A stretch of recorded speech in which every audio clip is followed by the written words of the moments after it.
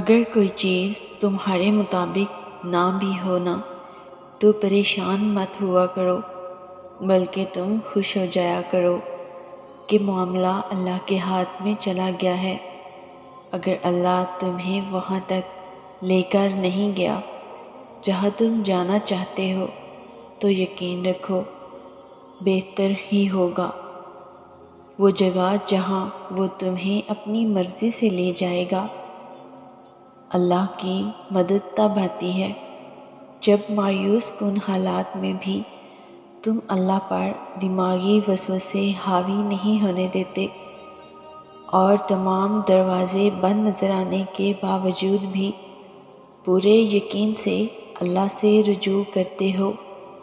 تب وہ تمہارے لیے ایسے ذریعوں سے مدد بھیجتا ہے جن کے بارے میں تمہاری عقل گمان بھی نہ کر سکتی ہو۔ پھر بگڑے کام سنورتے ہیں اور دعائیں سن لی جاتی ہیں۔ تمہارا پختہ یقین اللہ سے اپنی بات منوا لیتا ہے۔ حال کے بدحال ہونے کے باوجود مستقبل کے خوشحال ہونے کی امید نہیں چھوڑنی چاہیے، اور اللہ تمہیں اس چیز سے آزماتا ہے جس کے ملنے کا تمہیں پختہ ایمان ہوتا ہے، اور تب تمہاری اللہ سے محبت کا اصل امتحان ہوتا ہے کہ تم آزمائش سے تنگ آ کر اللہ پر سے اپنا ایمان توڑ دیتے ہو، یا اس آزمائش سے گزرنے کے لیے اللہ پر سے ایمان مزید مضبوط کر لیتے ہو، اور تم جان لو وہ آزمائش انہی کی لیتا ہے جن سے وہ بے پناہ محبت کرتا ہے۔ رب سے جڑنے کے سفر میں پل پل کی آزمائشیں ہیں، پل پل کی رکاوٹیں ہیں۔ اگر اس دنیا میں جینا اتنا آسان ہوتا تو پھر وہ اللہ اسے آزمائشوں کی جگہ کیوں بناتا؟ زندگی تو نام ہی آزمائشوں اور مشکلات کا ہے۔ اس رب کو نیک لوگوں کی طلب نہیں، اس نے تو بس یہ جہان ہم جیسے گنہگاروں کے لیے بنایا ہے تاکہ جب ہم ٹوٹے بکھرے اس کی بارگاہ میں جائیں تو وہ اپنی شفقت بھری رحمت سے ہی ہمیں ڈھانپ لے۔ اللہ تو محبتوں کا بادشاہ ہے، تو پھر جس نے خود محبت کو بنایا ہے اس کے لیے تمہاری محبت کو تمہیں واپس لوٹانا بھلا کیا مشکل؟ جس کے ایک کن نے اتنی کہانیاں مکمل کر دیں، پھر وہ کیسے تمہاری کہانی کو ادھورا رہنے دے سکتا ہے؟